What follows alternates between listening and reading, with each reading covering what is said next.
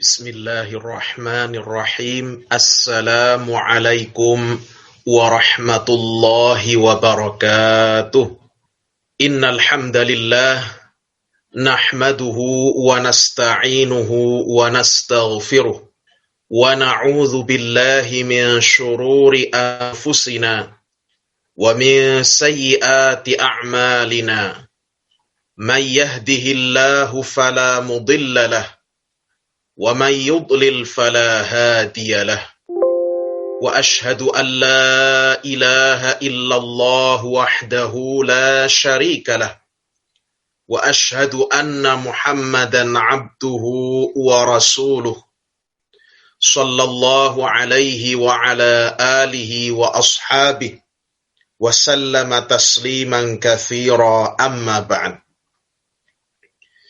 Kaum muslimin wal muslimat rahimani wa rahimakumullah.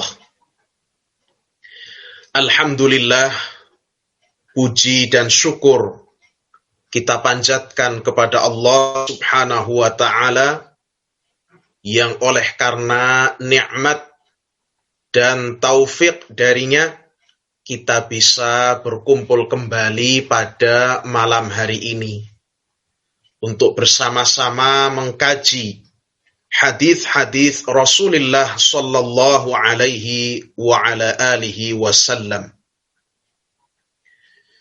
Bapak Ibu yang kami hormati, rahimakumullah,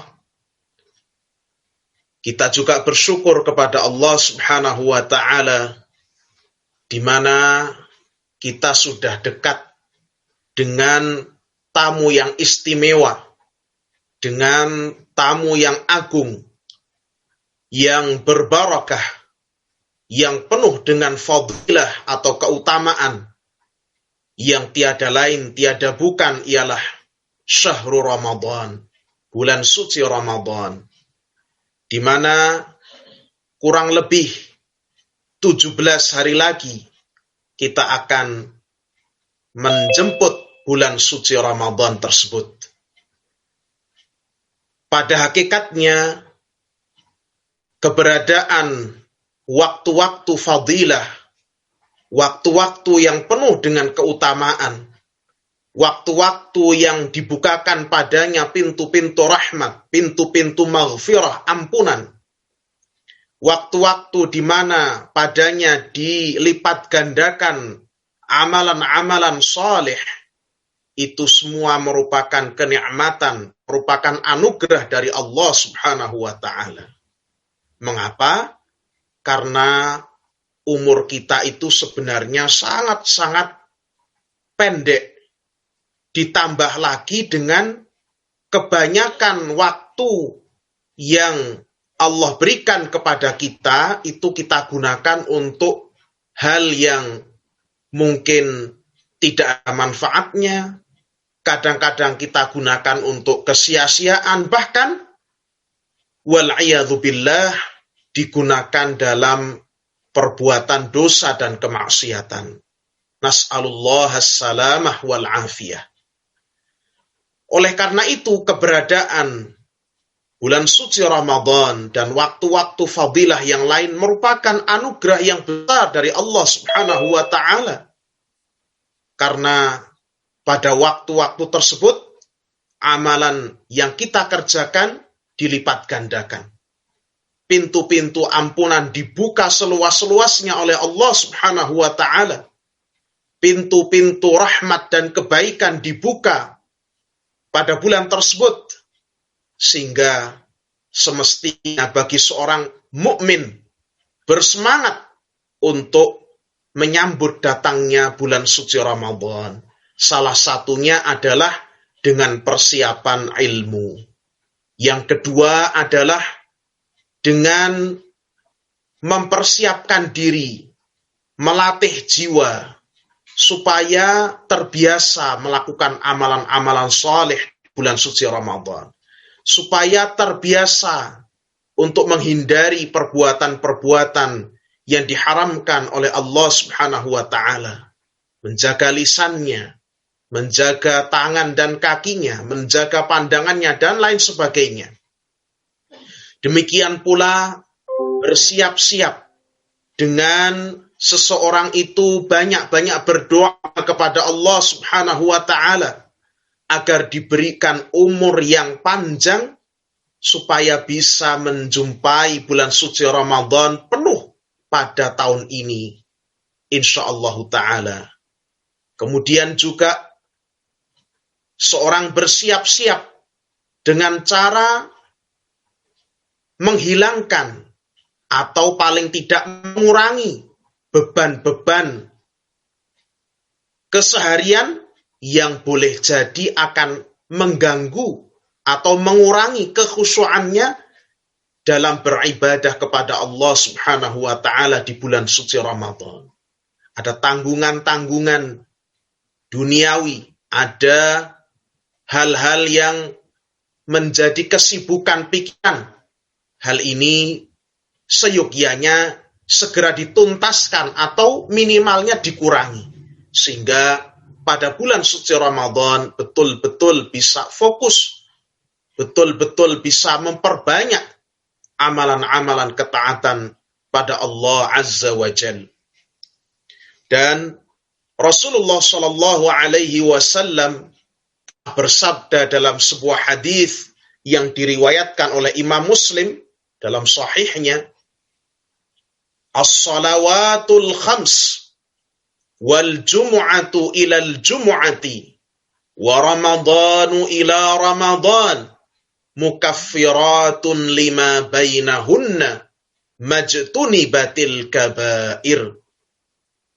Salat 5 waktu, salat Jumat ke salat Jumat yang berikutnya, bulan Ramadan ke bulan Ramadan yang berikutnya, merupakan penghapus dosa-dosa yang ada di antaranya. Majtunibatil kabair, selama dijauhi, ditinggalkan dosa-dosa besar. Sehingga sepantasnya bagi seorang untuk bersemangat menyambut, menghidupkan, memakmurkan bulan suci Ramadan. Tidak ada seorang pun yang tahu apakah Allah Subhanahu wa Ta'ala memberikan kesempatan di tahun depan ataukah tidak. Kita terus-menerus berdoa kepada Allah Subhanahu wa Ta'ala, mudah-mudahan kita diberikan umur yang panjang dan berbarokah, sehingga umur kita ini banyak digunakan untuk ketaatan, untuk melakukan amal-amal kebajikan, amal-amal saleh yang diridhai dan dicintai oleh Allah Subhanahu wa Ta'ala. Sampai-sampai Al-Imam Ibnul Jauzi rahimahullah dalam kitab beliau At-Tabsirah mengatakan, "Lau qila li ahlil qubur," sekiranya dikatakan kepada orang-orang yang berada di alam kubur, yakni orang-orang yang telah meninggal dunia. Lau qila li ahlil qubur, sekiranya dikatakan kepada orang-orang penghuni kubur, tamannau, ya, berangan-anganlah kalian, maka mereka akan berangan-angan, latamannau yauman min Ramadan, niscaya mereka akan berangan-angan untuk bisa menjumpai satu hari saja di bulan Ramadan. Ini menunjukkan bahwa bulan Ramadan, satu hari saja di dalamnya itu memiliki keutamaan yang sangat besar. Sehingga tidak selayaknya bagi seorang mukmin untuk meluputkan hari-hari di bulan suci Ramadan dalam keadaan dia banyak melakukan kelalaian dan perbuatan yang sia-sia. Barakallahu fikum. Termasuk juga yang disunnahkan di dalam bulan Ramadan ialah seorang itu memperbanyak bersedekah. Seorang itu memperbanyak bersedekah di bulan suci Ramadan. Disebutkan dalam hadis yang diriwayatkan oleh Al-Imamul Bukhari dari sahabat Ibnu Abbas radhiyallahu anhuma, kana Rasulullah sallallahu alaihi wasallam ajwadan nas wa kana ajwadu ma yakunu fi Ramadan. Adalah Rasulullah Shallallahu Alaihi Wasallam adalah manusia yang paling dermawan, dan sedermawan-dermawannya beliau adalah ketika beliau berada di bulan suci Ramadan. Bapak Ibu yang saya hormati, rahimani wa rahimakumullah, di antara rahasia mengapa seorang itu dianjurkan dan didorong untuk banyak-banyak bersedekah, banyak-banyak berderma kepada orang-orang yang membutuhkan di bulan suci Ramadan ialah sebagaimana yang dijelaskan oleh Al-Imam Syafi'i rahimahullah, bahwa di bulan suci Ramadan itu banyak orang-orang yang mereka berfokus untuk beribadah. Mereka harus berpuasa. Orang-orang yang berkekurangan, mereka harus tetap berpuasa. Sehingga sangat mungkin, sangat tidak menutup kemungkinan bahwa mereka akan berkurang kemampuannya dalam bekerja mencari penghidupan sebagaimana hari-hari biasa. Terlebih-lebih malam dan siangnya dipenuhi dengan berbagai ibadah kepada Allah Subhanahu wa Ta'ala. Fokus untuk ibadah.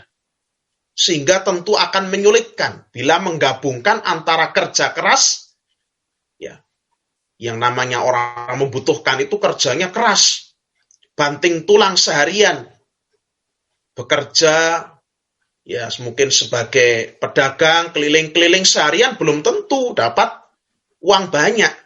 Berbeda dengan pegawai misalnya, yang mungkin kerja di kantor, ada jamnya, ada jam istirahatnya, gajinya sudah tetap.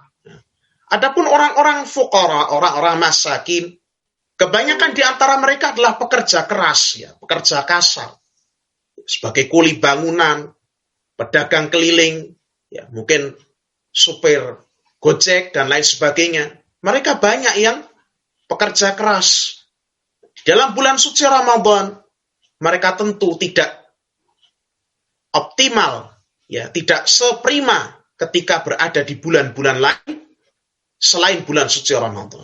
Oleh karena itulah orang-orang yang berkecukupan itu didorong untuk membantu mereka, supaya mereka juga bisa berfokus untuk melakukan ketaatan kepada Allah, khususnya berpuasa, ya, karena puasa itu yang paling wajibnya, dan juga amalan-amalan lainnya. Meskipun tidak sebagaimana orang yang longgar, tapi paling tidak mereka juga bisa melakukan berbagai ketaatan kepada Allah. Sehingga dari sini, saya pun juga mengambil kesimpulan bahwa seharusnya ketika sekarang itu dijumpai banyak kesulitan itu. Misalnya kok di bulan suci Ramadan, tapi ya pekerja, ya bos-bos itu masih mempekerjakan dengan berat para pekerjanya. Demikian pula di lingkungan akademik itu masih diberikan beban-beban yang berat. Ini yang disalahkan jangan puasanya, tapi yang dikritik adalah sistemnya. Sehingga bagi orang yang dia itu punya kekuasaan, orang yang Allah Subhanahu wa Ta'ala berikan padanya amanah, jabatan kekuasaan, itu mestinya dia syukuri dengan cara dia memberikan keringanan, memberikan keluasan kepada orang-orang yang ada di bawahnya, supaya bisa lebih khusyuk dalam beribadah di bulan suci Ramadan. Demikian pula ibadah-ibadah yang lain tentunya. Ini seharusnya sistemnya. Ya. Sehingga ini juga pesan bagi kaum muslimin yang Allah Subhanahu wa Ta'ala berikan kepadanya nikmat berupa jabatan, ya, atau mungkin nikmat kekuasaan, atau mungkin nikmat ilmu, atau nikmat harta dan lain-lain yang dia punya pengaruh, ya, dia punya pengaruh, dia bisa mempengaruhi kebijakan, hendaknya dia gunakan sebaik-baiknya. Dia bersyukur kepada Allah, dia jalankan amanah itu untuk mengayomi kebutuhan umat. Ya, barang siapa yang diberikan oleh Allah Subhanahu wa Ta'ala amanah berupa harta, kedudukan, kekuasaan, ilmu, dan lain sebagainya, tapi dia tidak menjalankan amanah itu dengan sebaik-baiknya, maka sungguh dia akan mendapatkan kemurkaan Allah Subhanahu wa ta'ala. Nikmat itu bukan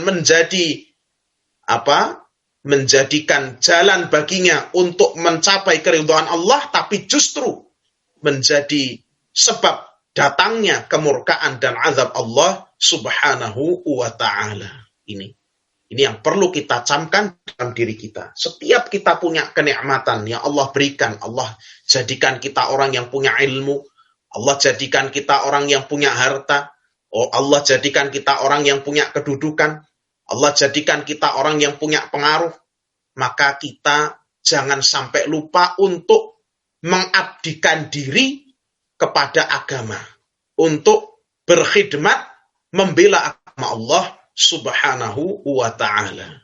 Membantu, meringankan kebutuhan-kebutuhan dari kaum muslimin. Barakallahu fikum. Ini sebagai pendahuluan.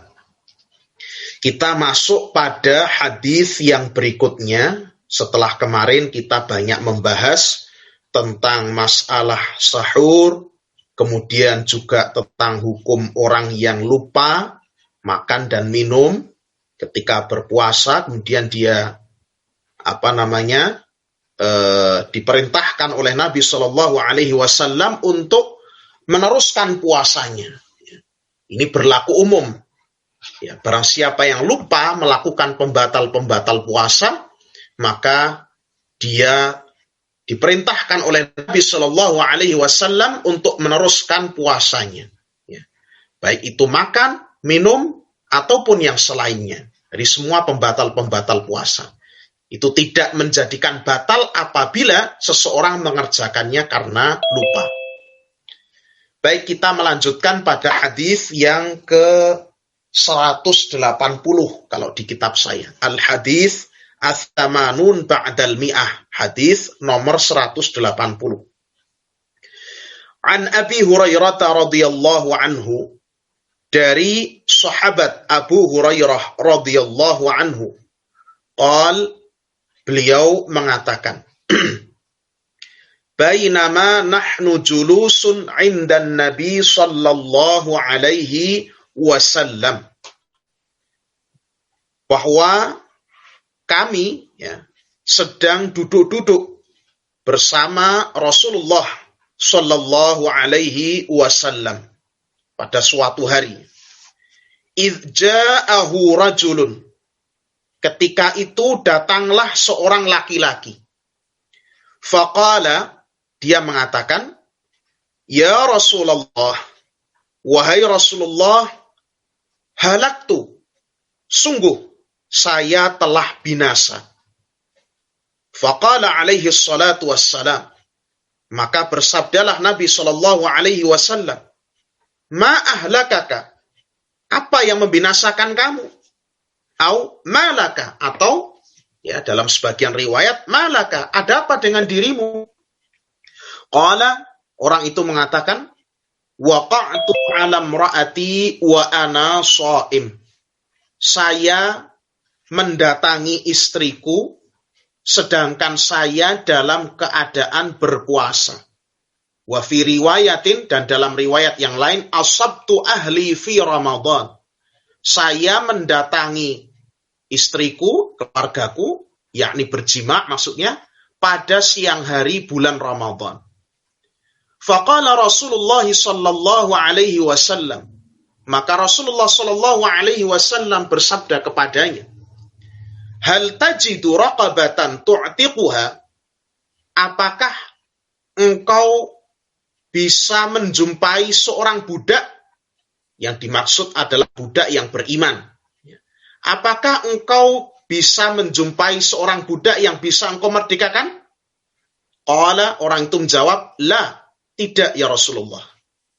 Qal, Nabi SAW bertanya lagi, fahal tastati'u an tasuma syahraini mutatabi'aini, apakah engkau mampu untuk berpuasa selama 2 bulan berturut-turut, artinya tidak putus ya. Qala, dia menjawab lagi, la, tidak mampu ya Rasulullah. Dalam satu riwayat, orang itu menjawab, wahal asabani ma asabani illa minas siyam. Lah bukankah yang menimpaku ini itu tidaklah terjadi kecuali karena aku puasa ya Rasulullah. Artinya dia itu justru karena puasa 1 bulan saja tidak kuat, artinya di tengah-tengah bisa terjerumus dalam perbuatan dosa, yakni mendatangi istrinya. Maka bagaimana pula bila dia disuruh membayar kafarat selama 2 bulan berturut-turut? Ini di dalam satu riwayat demikian. 1 bulan saja tidak kuat, apalagi suruh 2 bulan berturut-turut. Qala la, dia menjawab tidak ya Rasulullah. Qal, Nabi SAW berkata lagi kepadanya, fahal tajidu it'ama sittina miskinan? Apakah engkau menjumpai atau bisa memberi makan pada 60 orang miskin? Qala la. Dia menjawab lagi, tidak bisa ya Rasulullah, tidak mampu saya. Qala, maka Abu Hurairah yang meriwayatkan hadis ini melanjutkan, fasakatan Nabi sallallahu alaihi wasallam. Maka ketika itu Nabi sallallahu alaihi wasallam terdiam. Diam. Tidak melanjutkan pertanyaan beliau. Beliau terdiam. Fabainama nahnu ala dzalika idh utiyan Nabi sallallahu alaihi wasallam bi'araqin fihi tamrun. Ketika Nabi Shallallahu Alaihi Wasallam dan para sahabat dalam keadaan seperti itu, Nabi terdiam dan para sahabat juga diam bersama beliau, menunggu jawaban beliau. Maka tatkala itu didatangkanlah pada Nabi Shallallahu Alaihi Wasallam ada orang yang membawakan pada Nabi Shallallahu Alaihi Wasallam satu arak, ya satu arak itu satu keranjang, fihi tamrun, padanya ada kurma. Jadi satu keranjang isinya kurma. Satu arak itu seperti kita kemarin jelaskan ya. Mungkin kita agak salah ucap ya. Kemarin wasak ya. Ya betul arak. Satu arak itu terdiri dari 15 sa'. Satu arak itu isinya 15 sa'. Nah, kalau satu sa'-nya itu 4 mud, berarti satu arak ada 15 dikali 4, ada 60 mud ini. Ada 60 mud kurma. Kita lanjutkan dulu. Qala, maka Nabi Shallallahu Alaihi Wasallam setelah diberikan oleh salah seorang sahabatnya yang lain sekeranjang kurma itu, beliau bersabda, Aina sa'il, mana tadi orang yang bertanya? Yakni orang yang melakukan jima' dengan istrinya di siang hari bulan Ramadan tadi. Mana orang yang bertanya tadi? Qala ana. Dia menjawab, ya Rasulullah, saya ya Rasulullah. Qal, Nabi Shallallahu Alaihi Wasallam bersabda, khudh hadza fatasaddaq bihi. Ambillah ini sekeranjang kurma, bersedekahlah kamu dengannya. Artinya, saya berikan ini, kamu bersedekahlah, berikanlah makan pada 60 orang miskin dengan kurma ini. Faqala, maka orang itu bertanya lagi pada Rasulullah alaihi salatu wassalam. A'ala afqara minni ya Rasulullah. Fawallahi ma baina labataiha. Ahlu baitin afqara min ahli baiti. Orang itu mengatakan, apakah saya harus bersedekah kepada orang yang lebih fakir dibandingkan saya ya Rasulullah? Demi Allah, tidak ada di antara 2 perbukitan Madinah keluarga yang lebih fakir dibandingkan keluarga saya. Fadhahikan Nabi sallallahu alaihi wasallam hatta badat anyabuhu. Maka mendengar ucapannya itu, Rasulullah sallallahu alaihi wasallam sampai tertawa. Ya, sampai tertawa, sampai terlihat gigi taring beliau alaihi salatu wassalam. Kemudian summa qala, beliau mengatakan, at'imhu ahlak. Ya. Kalau begitu, berikanlah makan dengan kurma itu pada keluargamu. Ya. Ini hadis yang sahih diriwayatkan oleh Al-Imam Al-Bukhari dan Muslim. Kaum muslimin dan muslimat, Bapak Ibu yang semoga dirahmati Allah Subhanahu wa taala. Hadis ini menjelaskan tentang hukum berjima' di siang hari bulan Ramadan dan kafarah yang harus dibayarkan. Di dalam hadis ini disebutkan bahwa seorang yang bernama Salamah bin Sakhr al-Bayadi, ya, orang tadi namanya Salamah bin Sakhr al-Bayadi, itu datang kepada Nabi SAW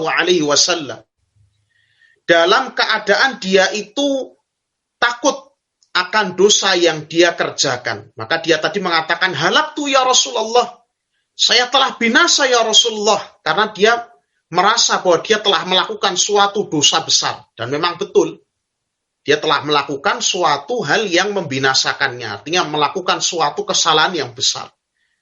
Apa itu? Yakni bersetubuh, berjima' dengan istri di siang hari bulan Ramadan, dalam keadaan dia berpuasa.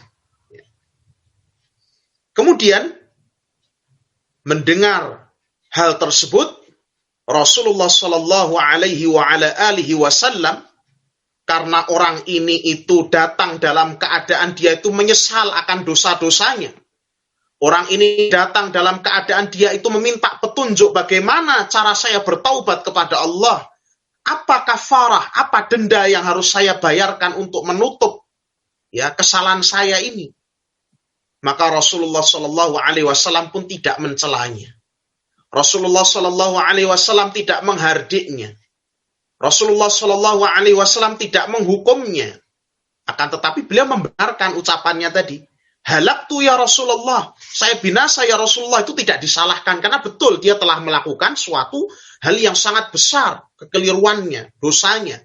Ya, itu Rasulullah Alaihi Wasallam tidak menyalahkan dia, mengatakan saya binasa ya Rasulullah, hanya karena dia datang dalam keadaan dia bertaubat kepada Allah, dalam keadaan dia itu mencari ya, bagaimana cara dia untuk bertaubat kepada Allah, bagaimana cara dia untuk menutup kesalahan yang telah dia kerjakan, maka Rasulullah SAW tidak mencelanya sama sekali. Rasulullah SAW tidak menghardiknya sama sekali, tidak menghukumnya. Ya. Rasulullah SAW menjelaskan kepadanya dengan penuh kelembutan, bertanya kepadanya, menjelaskan kafarah yang harus dia bayarkan secara bertingkat. Yang pertama ya adalah Rasulullah SAW menanyakan kepada dia apakah dia bisa memerdekakan seorang budak yang beriman. Ini tingkat yang pertama ya. Karena kafarah yang harus dibayarkan ketika seorang berjima' di siang hari bulan Ramadan itu bertingkat ya. Kalau tidak bisa tingkat yang satu, baru turun ke yang berikutnya. Tidak bisa baru turun lagi ke yang berikutnya. Ini ada 3 tingkatan, tartib ya, urutan ini. Yang pertama adalah kalau dia mampu, maka dia membebaskan seorang budak yang beriman. Nah, dia menjawab, lah, saya tidak mampu ya Rasulullah. Kemudian Rasulullah SAW menurunkan pada urutan yang kedua. Apakah kamu mampu untuk berpuasa 2 bulan berturut-turut? Ya, 2 bulan berturut-turut di sini. Yang dimaksud ya tidak putus kecuali karena uzur. Misalnya seorang itu sudah berpuasa selama, misalnya contoh, sudah berpuasa selama 15 hari misalnya. Membayar kafarah ini. Kemudian dia sakit. Ya, sakit sehingga dia terpaksa berbuka puasa. Maka itu termasuk uzur. Sehingga ketika dia sakit, dia tidak puasa, setelah sembuh langsung diteruskan lagi, ini boleh. Itu tidak termasuk di antara memutus. Ya, memutus 2 bulan berturut-turut kafarahnya tersebut. Tapi kalau diputus karena sengaja, maka harus diulang lagi. Gitu. Maka dia menjawab, lah, saya tidak mampu ya Rasulullah. Maka Nabi Shallallahu Alaihi Wasallam bertanya lagi, apakah kamu mampu memberikan makan pada 60 orang miskin? Ya, maka dia juga mengatakan tidak mampu. Ya, karena memang sebagaimana dijelaskan dalam hadis ini bahwa ini orang yang memang fakir, sangat fakir. Ya, merdekakan budak tidak bisa. Mau memberi makan orang miskin 60 juga nggak bisa, karena saking fakirnya. Kemudian, Nabi Shallallahu Alaihi Wasallam terdiam. Ini menunjukkan bahwa kewajiban membayar kafarah dari orang ini itu belum gugur. Jadi karena kemiskinan orang ini tidak menjadikan gugurnya tanggungan yang harus dia bayarkan. Jadi bukan karena seorang itu miskin, kemudian tanggungan itu gugur. Misalnya, ada seorang yang punya hutang. Misalnya contoh ini. Ada seorang yang punya hutang. Kemudian, qadarullah tidak disangka-sangka, dia kemudian bangkrut dan menjadi orang yang sempit rezekinya. Tapi dia masih punya tanggungan hutang, itu harus tetap dibayarkan. Artinya tanggungan itu masih berada pada dirinya. Belum gugur, karena dia miskin itu tidak menjadikan itu gugur. Hanya memang di dalam Islam, itu syariat itu sangat sempurna. Sehingga selalu ada tuntunan untuk kedua belah pihak. Ya. Maka ketika ada orang yang pinjam hutang, pinjam suatu uang atau barang misalnya, dia pinjam, kemudian dia dalam kondisi kesulitan, maka dia masih menanggung. Ini orang yang meminjam. Adapun orang yang meminjamkan piutang tersebut itu dituntut oleh syariat, didorong oleh syariat untuk melapangkan kesulitannya, baik dengan cara menangguhkan temponya atau dengan cara mengikhlaskannya. Ini syariat itu senantiasa memberikan tuntunan kepada kedua belah pihak. Sebagaimana juga kita melihat pada persoalan minta-minta. Syariat kita, syariat Islam yang sangat sempurna itu mendorong supaya orang itu kalau bisa jangan sampai meminta-minta. Orang itu berusaha dengan usahanya sendiri, jangan sampai meminta-minta. Ya, kecuali kalau dia itu memang tidak punya apapun, kesulitan untuk bekerja juga sulit, dia hanya bisa minta-minta, maka dia minta-minta sesuai dengan kadar kebutuhannya. Jangan melebihi, meminta-minta bahkan sampai menjadi kaya. Karena ada jenis orang meminta-minta itu malah sampai dirinya menumpuk harta dan akhirnya jadi kaya. Jadi itulah pekerjaannya. Itu. Sampai kalau di Indonesia ada pengemis yang punya mobil, misalnya demikian. Karena saking minta-minta itu jadi pekerjaannya. Ini yang dicela. Tapi syariat juga memberikan tuntunan kepada orang yang berpunya. Orang yang punya kelapangan. Agar mereka itu tidak bakhil. Dan tidak perlu menghardik orang yang meminta-minta. Tidak perlu tanya, ini kamu ini, hartanya ini jangan-jangan kamu untuk belanja di supermarket ya. Misalnya seperti itu. Tidak perlu. Kalau dia melihat orang secara zahirnya itu orang yang tidak mampu, orang yang fakir, orang yang miskin, maka disyariatkan untuk diberi. Tidak kita bakhil, tidak boleh. Ini bukan terus kemudian justru dibalik. Orang yang punya justru pakai dalil. Tercela itu meminta-minta. Bukan begitu, nanti jadi bakhil. Sementara orang yang meminta-minta justru pakai dalilnya yang tadi. Kamu harus beri saya. Kamu harus sedekah pada saya. Akhirnya jadi tukang meminta-minta yang memaksa. Ini kebalik-balik. Jadi banyak orang yang seperti ini, kebalik-balik pakai dalil. Ini salah ya, keliru. Nah, kita tadi sampai di mana ya? Ini tadi bahwa di dalam hadis ini ya dijelaskan orang ini tadi ini memang tidak mampu untuk membayar kafarah dengan cara memerdekakan budak, tidak mampu untuk berpuasa selama 2 bulan berturut-turut karena tadi dia gejolak syahwat itu sangat tinggi, dan dia juga tidak mampu, saking fakirnya dia tidak mampu juga memberikan makan pada 60 orang miskin. Nah, ketika itu Rasulullah Shallallahu Alaihi Wasallam diam, tanggungannya tidak gugur dari dia sampai Allah Subhanahu Wa Taala mentakdirkan, ya, ada orang yang membawakan pada Nabi Shallallahu Alaihi Wasallam itu sekeranjang kurma, satu arak dari kurma. Tadi isinya itu satu arak itu 15 sok, satu soknya 4 mud, berarti satu arak itu 60 mud. Nabi perintahkan dia untuk memberi makan 60 orang miskin dengan satu arak tadi isinya 60 mud. Dari sini para ulama berpendapat memberi makan orang miskin itu satu orang miskinnya itu minimalnya dapat 1 mud. 1 mud itu ukurannya sekitar 0,625 kilogram. Itu kalau saking melititnya orang itu. Karena 1 mud itu 1/4 sok.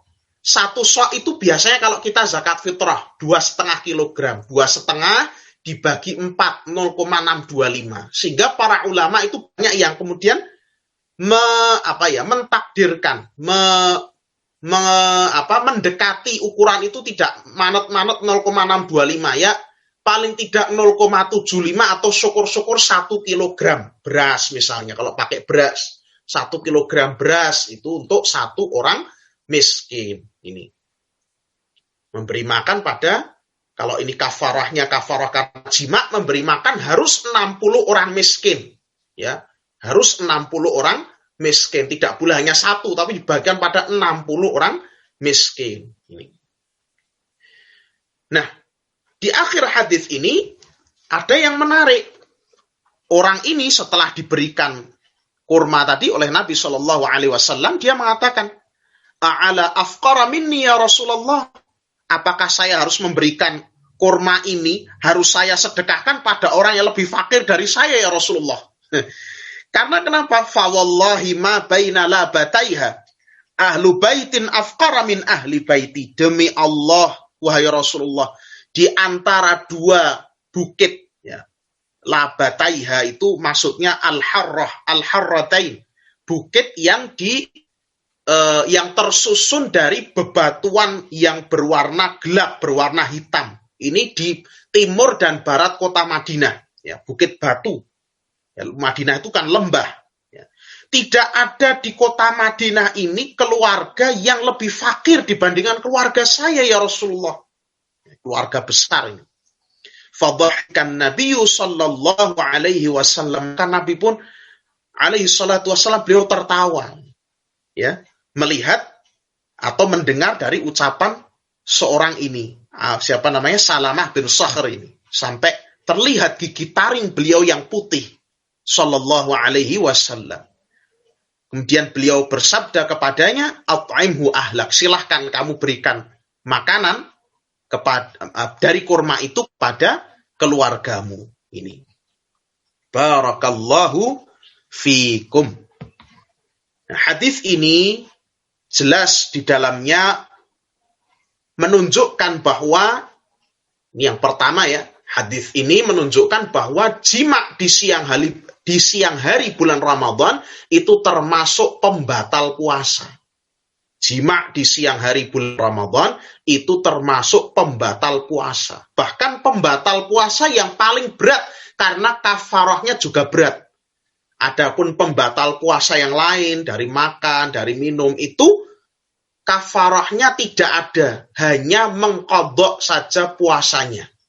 Kalau ini itu berat, selain mengqadha puasa juga membayar kafarah. Kafarahnya ini tadi berurut, memerdekakan budak, atau kalau tidak mampu maka puasa 2 bulan berturut-turut, kalau tidak mampu memberi makan pada 60 orang miskin. Ini yang pertama. Yang kedua, para ulama mereka berselisih pendapat atau berbeda pendapat. Apakah ketika seorang itu lupa berjima di siang hari bulan Ramadan. Lupa berjima di siang hari bulan Ramadan. Misalnya, ini sebagai contoh kok. Apa bisa? Oh, lupa, Ustaz. Bisa. Misalnya begini, istrinya itu pulang dari safar misalnya. Pulang siang hari bulan Ramadan dari safar, dari bepergian. Ya. Kemudian suaminya lupa bahwa ini dia puasa di siang hari bulan Ramadan. Istrinya juga lupa, misalnya demikian. Terus kedua-duanya melakukan hubungan suami istri. Maka yang seperti ini itu tidak membatalkan puasa. Tidak membatalkan puasa.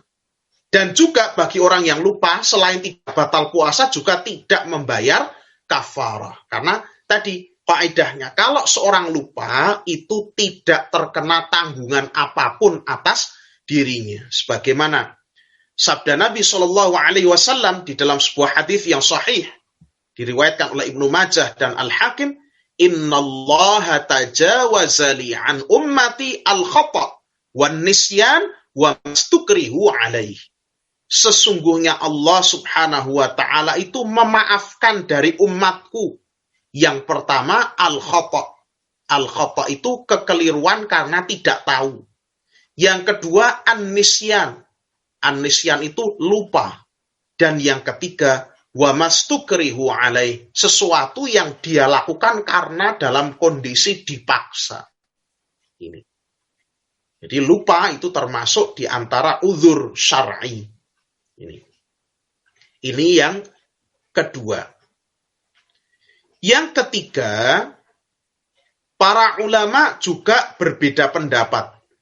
Apakah membayar kafarah bagi orang yang berjima di siang hari bulan Ramadan itu harus berurut atau boleh milih. Jadi sebenarnya dia mampu berpuasa 2 bulan berturut-turut, tapi malah milih yang paling akhir, yaitu memberi makan 60 orang miskin. Ya.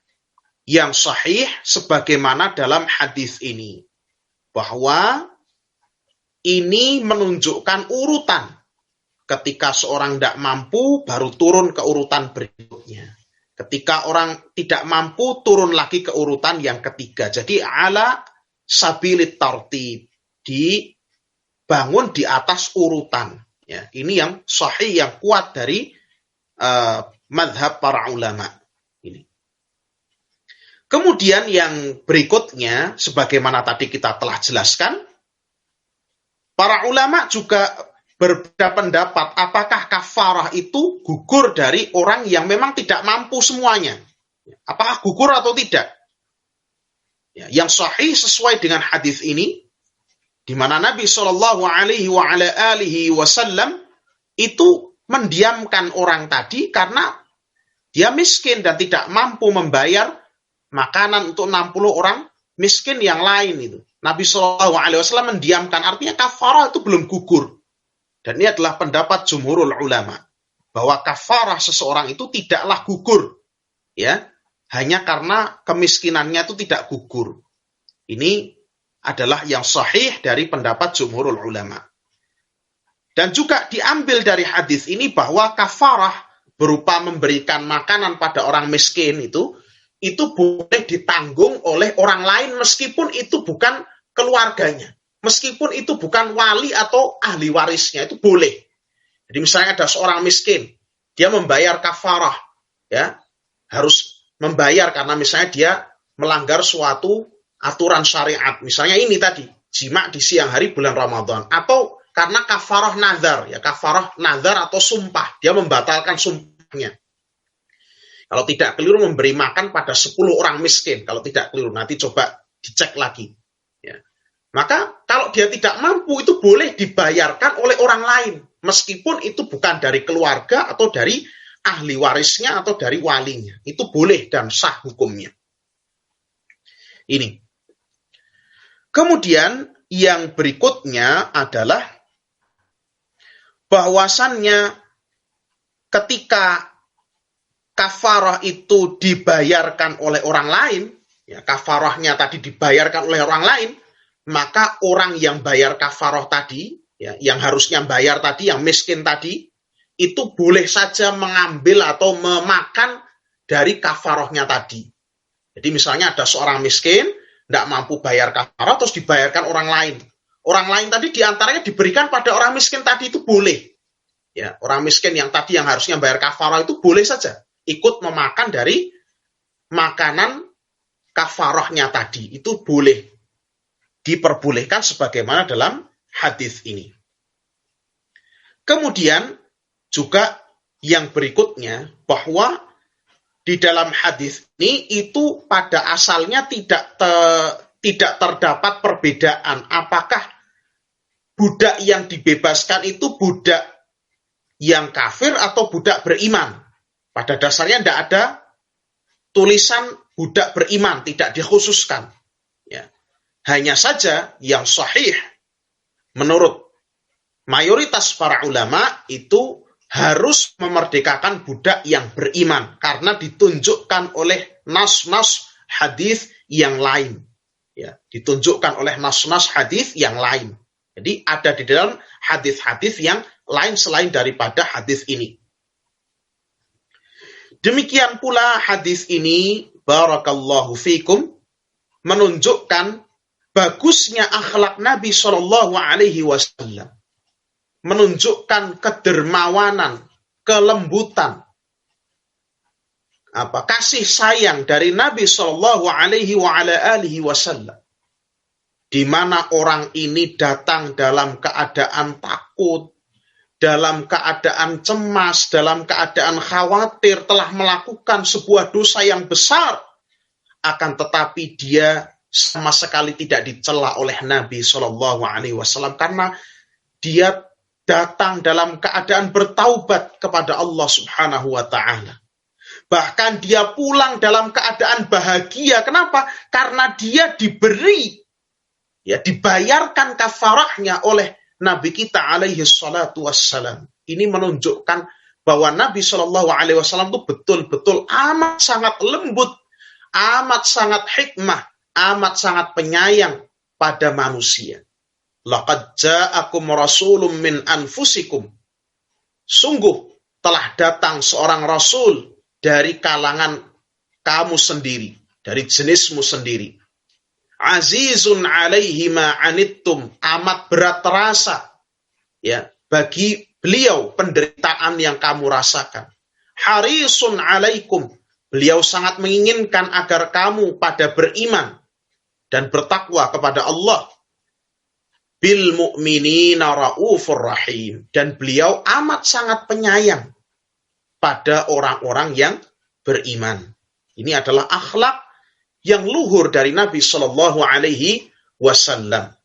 Ini juga nasihat bagi kita agar kita sebagai ahlus sunnah itu hendaknya bersikap santun, bersikap lembut, bersikap yang hikmah kepada manusia. Jangan orang itu baru kenal agama, baru datang ke masjid sudah dibilang ini dan itu. Sudah langsung jelek-jelek. Ditegur ini, ditegur itu. Padahal mungkin tauhidnya belum tahu. Mungkin dia masih sering mendatangi kuburan. Mungkin dia masih pakai jimat. Mungkin dia masih sering meminta-minta kepada yang tunggu di pohon besar. Itu saja belum dijelaskan, tiba-tiba sudah menegurnya dalam hal-hal yang dia belum siap. Karena seorang itu diteguhkan dulu akidahnya. Ini orang yang baru mau taubat, datang ke taklim, mungkin masih pakai kaos oblong, misalnya demikian. Tindiknya masih dipakai, rambutnya masih seperti anak-anak jalanan. Itu tidak usah kita hardik, tidak usah kita mencela dia. Dia datang dalam keadaan, kalau niatnya baik, dia husnun niyah, dia dengan niat yang baik, menunjukkan sopan santun, dia menunjukkan kesungguhan untuk menimba ilmu. Tidak usah kita cela, tidak usah kita cela, kita membuat dia lari dari agama.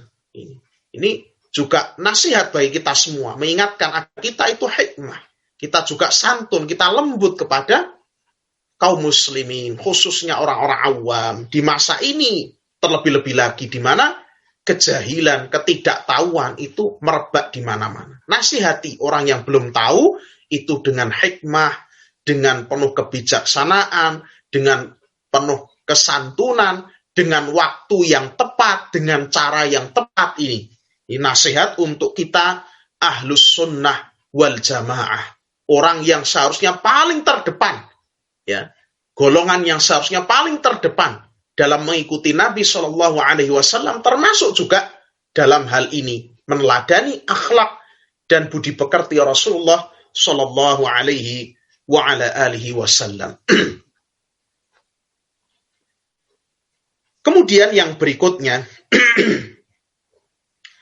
bahwasannya orang yang terjerumus dalam kemaksiatan, yang kemaksiatan itu tidak ada had padanya, misalnya bukan ya kemaksiatan yang mengharuskan dia mendapatkan hukuman, misalnya membunuh orang, itu kan kemaksiatan yang jelas mengharuskan adanya had, adanya hukuman. Kalau kemaksiatannya itu adalah terkait hubungan antara dia dengan Allah Subhanahu wa Ta'ala, dan dia datang dalam keadaan bertaubat, dengan sungguh-sungguh dia menyesal, dalam keadaan dia betul-betul ingin berubah menjadi orang yang baik, fa innahu la yu'azzar, maka dia ini tidak boleh dihukum, tidak boleh kita bersikap kasar kepadanya, tidak boleh. Ini juga faedah dari hadis ini. Dan juga ada faedah yang bagus dari Syekh bin Baz rahimahullah dalam syarah beliau terhadap Umdatul Ahkam, bahwa hadis ini juga menunjukkan bahwa orang itu pada dasarnya, orang yang mukmin itu dipercaya atas perkataannya. Ya. Pada dasarnya ucapan seorang itu dipercaya tentang kondisi dirinya. Di sini Rasulullah Shallallahu Alaihi Wasallam ketika orang itu ditanya, apakah kamu mampu memerdekakan budak? Tidak mampu ya Rasulullah. Kemudian beliau turun, apakah kamu mampu puasa 2 bulan berturut-turut? Dia bilang tidak mampu ya Rasulullah. Rasulullah tidak berkata, benar apa yang benar, mampu kok, coba dulu. Enggak, Rasulullah tidak bilang begitu. Alaihi afdhalus salati wassalam. Beliau mempercayai apa yang orang ini katakan, sehingga orang itu pada dasarnya, ya, ketika dia misalnya terkait dengan urusan-urusan syariat seperti ini, misalnya, ya, misalnya ada seorang yang tidak hadir sholat Jumat, misalnya ada seorang di antara kampung kita yang tidak hadir sholat Jumat, itu orang jangan asal gebiau-yau tuh kata masih hadir sholat Jumat, harusnya masih bisa. Nyatanya orang-orang yang seusianya juga masih hadir sholat Jumat loh. Jangan tiba-tiba seorang itu mengklaim seperti itu. Karena yang paling tahu kondisi seseorang ya dirinya sendiri. Ya setelah Allah adalah dirinya sendiri. Yang bisa mengukur ya dirinya sendiri.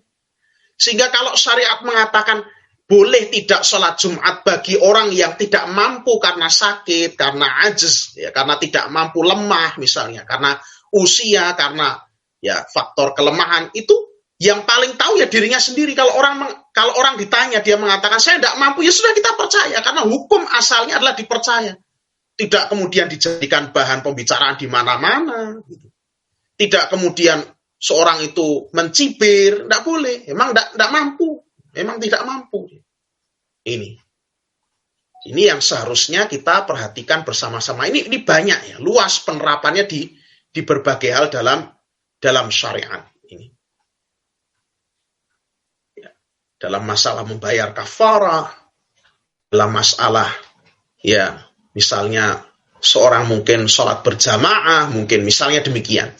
Ya, seorang tidak berpuasa dan lain sebagainya. Ini kadang-kadang yang bisa mengukur dirinya adalah dirinya sendiri.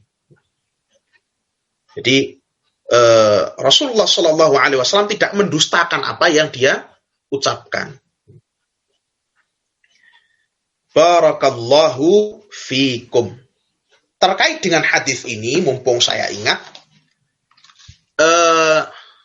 ada pembahasan yang mungkin sedikit berkaitan. Karena di sini menyinggung tentang membayarkan makanan pada orang miskin. saya jadi teringat tentang masalah membayar fidyah. Ya. Kalau di sini membayar kafarah, karena kafarah itu denda bagi kesalahan yang dilakukan seorang, maka harus dibayarkan pada 60 orang miskin. Wajib cari 60 orang miskin. Ya. Dan mencari orang miskin itu tadi, tidak usah susah-susah. Ya, tidak usah susah-susah di pinggir jalan misalnya. Kadang-kadang ada orang yang bawa gerobak. Itu saya sering lihat di jalan utama di depan rektorat UGM itu sering kalau siang dulu, khususnya ketika masa pandemi masih sangat meningkat ketika itu banyak di pinggir jalan tuh orang-orang ya suami istri, ada yang bareng satu keluarga, di sana biasanya bawa gerobak, di sana gelar tikar yang lusuh, ya mereka mencari uluran tangan dari orang itu sudah dianggap orang miskin. Ya. Zahir mereka orang miskin, kan tidak perlu nyari rumahmu di mana, tidak perlu. Ya, itu sudah dianggap orang miskin. Termasuk juga ya tukang-tukang becak itu mungkin ya dalam konteks negeri kita bisa dikatakan sebagai orang miskin, karena di konteks negeri kita ini tidaklah tukang becak itu ya tidaklah seorang itu berprofesi sebagai tukang becak kecuali biasanya dia adalah orang yang miskin. Tidak ada tukang becak kok kaya, kecuali mungkin hanya sebagian saja. Kalau kita ketahui mungkin tukang becak anaknya berhasil kuliah, mungkin terus sukses jadi kaya, ya mungkin saja ada. Tapi mayoritasnya, ghalibnya tukang becak, ya, apalagi yang biasa di jalan-jalan dengan baju yang ya lusuh, orangnya juga nampaknya sudah tua, renta, masih bekerja, ini bisa diberikan kepada mereka. Ini banyak orang-orang miskin di sekitar kita itu banyak. Adapun membayar fidyah itu misalnya seorang yang tua renta, yang tidak mampu lagi berpuasa, yang berat baginya untuk berpuasa, orang yang tua renta, laki-laki maupun perempuan, atau orang yang sakit yang oleh ketetapan dokter, oleh petunjuk dokter itu dia ya, sudah tidak ada harapan lagi untuk sembuh. Ya, sudah tidak ada harapan lagi untuk sembuh, dan sakitnya itu bermadarat jika dia berpuasa. Wal'iyadzubillah. Wal'iyadzubillah.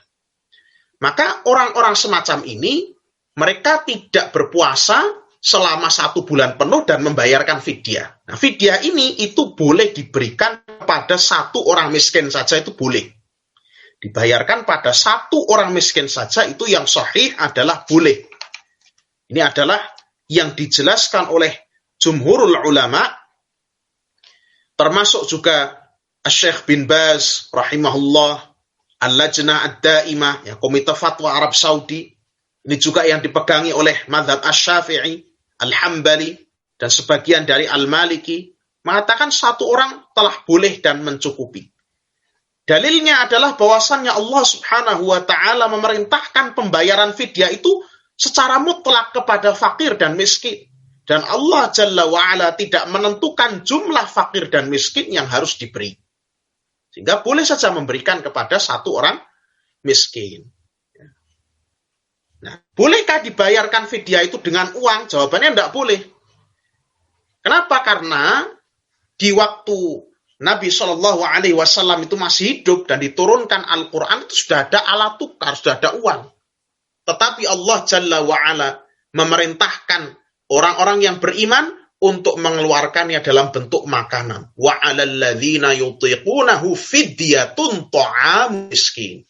Dan bagi orang-orang yang berat menjalankan puasa, fidyatun, maka mereka itu wajib untuk membayar fidyah ta'amu miskin, yaitu makanan bagi orang miskin. Allah tidak mengatakan fidyatun shadaqatu miskin, fidyah yaitu sedekah pada orang miskin. Allah langsung gunakan kata ta'amu miskin, makanan bagi orang miskin. Ya, perhatikan bagaimana para ulama itu menjaga dan memperhatikan secara jeli setiap kata demi kata dalam perintah-perintah Allah yang ada dalam Al-Quran. Sehingga harus dalam bentuk makanan. Nah, makanan yang diberikan itu boleh dalam bentuk mentah, ya tadi minimalnya 1 mud, kurang lebih 1 kilogram. Kalau kita ya bahan makanan pokoknya beras, ya mentah, ya, beras mentah. Lebih baik lagi bila ditambahkan lauk pauknya. Ya kalau bahan makanan pokoknya mentah berarti juga lauk pauknya juga mentah, misalnya telur yang belum dimasak misalnya. Kemudian mungkin sarden kalengan atau mungkin tempe yang belum digoreng. Bisa untuk lauk ya.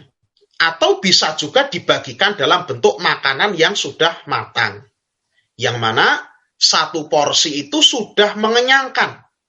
Ya, kalau sudah matang ya tentunya tidak terus berupa nasi tok. Ya, kemudian, wah itu tadi kalau bayarnya nggak matang kan boleh beras, berarti kalau dimatangkan nasi, wah ini kasihan orang miskinnya.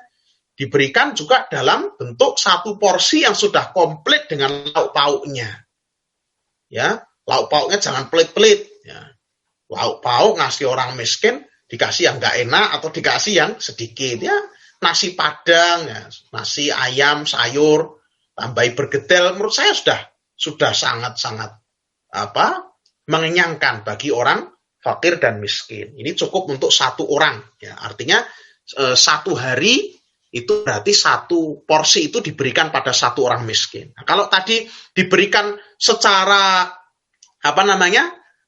seluruh, misalnya 30 hari langsung dibayarkan, ya, maka boleh saja dibayarkan pada satu orang miskin. Ya, beras sebanyak 30 kg, tidak ada masalah. Ya. Lebih syukur lagi kalau orang miskin itu ternyata keluarganya banyak. Ya, jadi satu orang miskin dapat 30 kg beras itu juga bisa dibagikan pada keluarganya, itu lebih bagus lagi. Nah, kalau dalam bentuk makanan matang, tentunya kalau mau dibayarkan ya jangan pada satu orang miskin, kalau mau didobel hari-harinya itu tadi. Jangan misalnya seorang kan tidak mampu berpuasa selama 30 hari. Terus kemudian membayarkan dalam bentuk makanan matang, ya jangan 30 bungkus diberikan pada satu orang, nanti tidak jadi makanan tapi akan mubazir. Nah, kalau bentuknya makanan matang mau dikumpulkan dalam satu kali pembayaran, ya berarti nyari 30 orang. Ya, nyari 30 orang miskin. Ya, diberikan masing-masingnya satu porsi makanan ini. Ini yang berkaitan dengan pembayaran fidyah. Kemudian apakah fidyah itu fidyah bagi orang yang sakit, bagi orang yang hamil, menyusui, bagi orang yang sudah tua renta, itu apakah boleh dibayarkan di awal Ramadan? Ya. Jawabannya, kalau itu dibayarkan sebelum Ramadan itu tidak boleh. Kalau sebelum Ramadan tidak boleh. Ya. Tapi kalau sudah masuk bulan Ramadan, khususnya setelah terbit fajar, ya, bukan malam hari Ramadan, tapi setelah terbit fajar di hari yang pertama, maka menurut pendapat yang kuat, insya Allah boleh untuk diberikan. Ini adalah pendapat dari kalangan Al-Hanafiyah, dari madhab Imam Abu Hanifah. Demikian pula ini yang dikuatkan Syekh Shalih Al-Fauzan, hafizahullah, dan dikuatkan juga oleh Syekh bin Baz, rahimahullahu ta'ala. Mengapa? Yang pertama, fidyah itu merupakan badal atau pengganti dari puasa Ramadan yang merupakan keringanan bagi orang yang tua renta, bagi orang yang sakit, bagi orang yang hamil dan menyusui. Dan rukhsah itu dibangun di atas keringanan dan kemudahan, bukan di atas prinsip kesulitan dan kesukaran. Kalau diberikan kadang-kadang per hari, kadang-kadang susah ini. Ya, sehingga boleh dibayarkan secara serentak, dikumpulkan di awal Ramadan. Yang kedua, fidyah yang diberikan di awal Ramadan, ya, misalnya 30 kg beras diberikan di awal Ramadan atau pertengahan Ramadan, itu bisa menjadi makanan bagi orang miskin di bulan Ramadan tersebut. Sehingga manfaatnya justru lebih besar. Yang ketiga, bahwa membayarkan fidyah di awal Ramadan itu tidak termasuk perbuatan mendahulukan amalan sebelum waktunya. Wal ilmu indallah, ini tidak termasuk perbuatan mendahulukan amalan sebelum waktunya. Karena pembayarannya tetap ketika sudah masuk bulan Ramadan. Dan tidak perlu menunggu hari itu selesai. Sama halnya dengan orang yang sakit, tidak bisa menghadiri sholat Jumat, itu tidak perlu menunggu selesainya pelaksanaan ibadah Jumat untuk dia mengerjakan sholat zuhur. Ketika sudah masuk waktu, dia boleh mengerjakan sholat zuhur tanpa harus menunggu orang-orang yang mengerjakan sholat Jumat pada selesai. Ini. Ini untuk pembayaran fidyah bagi orang yang sakit, yang tidak diharapkan kesembuhannya. Wal'iyadzubillah, nas'alullah salamah. Kemudian bagi orang yang tua renta, dan bagi ibu hamil dan menyusui menurut pendapat yang sahih. Tiba-tiba sudah mau jam 9. Baik, mungkin karena hadis yang berikutnya masih ada banyak, dan masih satu tema, kalau kita potong kelihatannya tidak pas. Pembahasan yang selanjutnya adalah mengenai puasa pada saat bepergian jauh, pada saat safar. Sehingga mungkin kita cukupkan pembahasan kita pada malam hari ini sampai di sini. Wallahu ta'ala a'lam bis-shawab. Bu Martini, apakah ada pertanyaan? Boten Ustaz. Oh nggih. Cukup jelas. Alhamdulillah. Nanti kalau belum jelas boleh tanya Bu di WA. Ini ada pertanyaan dari Pak Amanuddin. Apakah puasa itu hanya menahan makan dan minum serta nafsu syahwat? Itu sudah memenuhi kriteria puasa yang benar. Sedangkan banyak orang yang berpuasa namun cukup mendapatkan lapar dan dahaga saja, dan tidak mendapatkan pahala karena tidak menjaga lisannya. Ya, sebagaimana dijelaskan oleh para ulama bahwa puasa itu ada 3 tingkatan. Tingkatan pertama adalah puasanya orang-orang awam. Puasanya orang-orang awam. Di mana puasa tingkatan orang awam itu adalah puasa yang sekedar menggugurkan kewajiban. Menahan makan, menahan minum, menahan dari berjima, itu sekedar itu. Tapi tidak menahan dari hal-hal yang diharamkan Allah. Ya, mulutnya kesana kemari masih menghibah orang, masih mencela orang, menyakiti orang. Ini puasanya orang awam. Puasanya sah dan mendapatkan pahala sesuai dengan kadar dia menjalankan puasa. Tapi bersamaan dengan itu dia mendapat kerugian. Dia mendapatkan kerugian. Karena kenapa?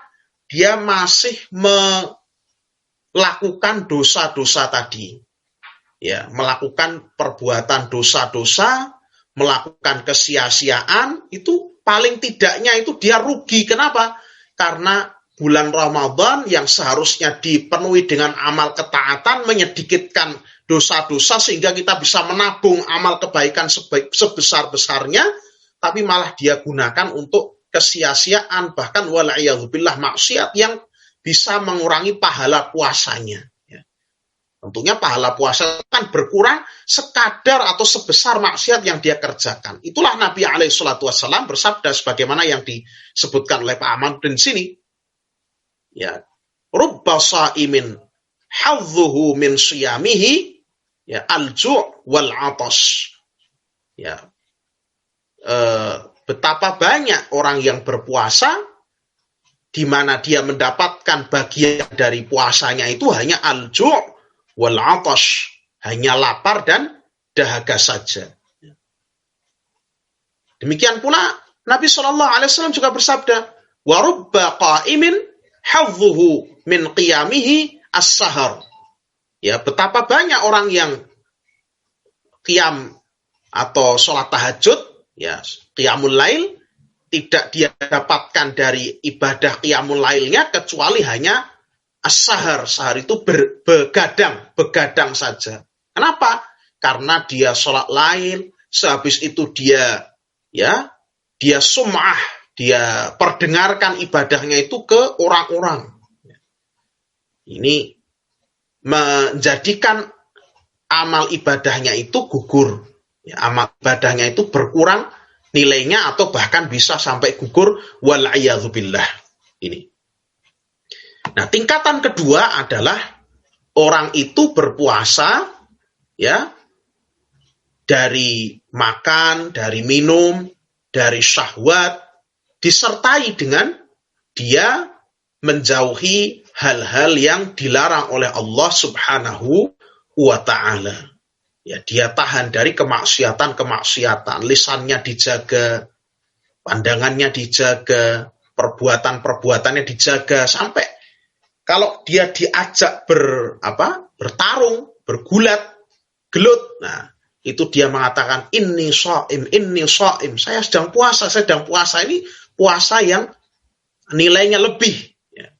Karena dia di samping dia berpuasa, dia juga ya melakukan amalan-amalan ketaatan, menjauhi kemaksiatan. Dan justru itulah sebenarnya hakikat dari puasa. La'allakum tattaqun, supaya kalian menjadi orang yang bertakwa. Ini. Nah, yang ketiga, tingkatan yang lebih atas lagi, yaitu orang yang selain dia berpuasa dari makan dan minum, dia menjauhi kemaksiatan dan menjauhi hal-hal yang sifatnya itu tidak berguna. Mungkin hal itu boleh, tapi kegunaannya kurang. Ya. Misalnya, seorang itu seharian cuma tidur terus. Boleh saja sebenarnya, ada masalah.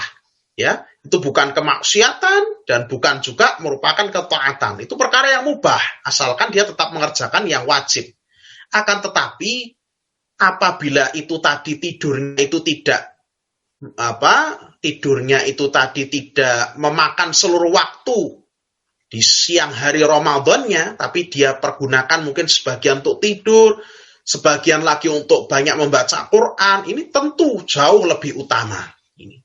Jadi ini tingkatan yang lebih di atas lagi. Ini puasa itu sebaiknya seorang berusaha untuk semakin sempurna. Selain menahan diri dari nafsu syahwat, makan dan minum, selain menjauhi dari kemaksiatan, dia juga menjauhi dari perbuatan kesia-siaan. Dia pergunakan sebaik-baiknya untuk ketaatan, mencari keuntungan pahala yang sebesar-besarnya. Apakah benar bahwa kurma ajwa itu favorit Nabi yang dapat digunakan untuk pengobatan sesuai dengan hadis? Barang siapa di pagi hari memakan 7 butir kurma ajwa, maka ia tidak akan terkena racun dan sihir pada hari itu. Hadis riwayat Bukhari dan Muslim. Ya, betul, sahihnya. Ini hadis riwayat Imam Bukhari dan Muslim. Ya, kalau tidak salah, sahabatnya siapa saya agak lupa, man akala sab'ata marat fil yaumi muni'a minas sihr, kalau tidak salah demikian. Barang siapa yang memakan 7 butir kurma ajwah, ya, bisab'i tamaratin min ajwatil Madinah, dengan 7 butir kurma dari kurma ajwah Madinah, maka dia akan dijaga dari sihir. Ya. Di dalam lafaz yang lain, lam yadurrahu sihrun. Ya. Tidak akan membahayakannya sihir. Demikian pula racun. Ya. Wala sammun, tidak pula racun. Ya, ini hadis yang sahih. Ya. Nah, kurma ajwah itu kurma yang hitam-hitam yang berasal dari ajwahnya Madinah. Ajwahnya Madinah. Ini. Jadi ajwahnya hanya ajwah Madinah, bukan ajwah yang ditanam di sini, misalnya ajwah dibawa ke sini, ditanam di sini, itu bukan ajwah itu, tapi hanya dari ajwah Madinah. Ini salah satu upaya untuk melindungi diri dari gangguan sihir dan termasuk juga racun. Ini hadisnya sahih. Yang ketiga, masih adakah perbudakan di Arab sehingga kafarat atau denda diantaranya harus memerdekakan budak? Perbudakan sudah tidak ada, baik di Arab maupun di negeri yang lain. Secara zahir, ya, tidak ada perbudakan, kecuali justru yang melakukan perbudakan itu justru orang-orang kafir. Ya. Perbudakan masa kini, menjual wanita-wanita, menjual anak-anak. Ya. Kalau bahasa kerennya human trafficking. Gitu. Yang melakukan itu justru orang-orang kafir yang saya ketahui. Di Meksiko, Amerika Latin, ya. Kemudian di bagian Eropa Timur, ya, itu masih banyak di sana perdagangan manusia. Adapun di Arab tidak ada, sudah tidak ada, ya, sudah tidak ada. Dan memang spiritnya Islam, ya, wal ilmu indallah, dan spiritnya Islam itu justru tadi orang itu semakin banyak memerdekakan budak. Coba farat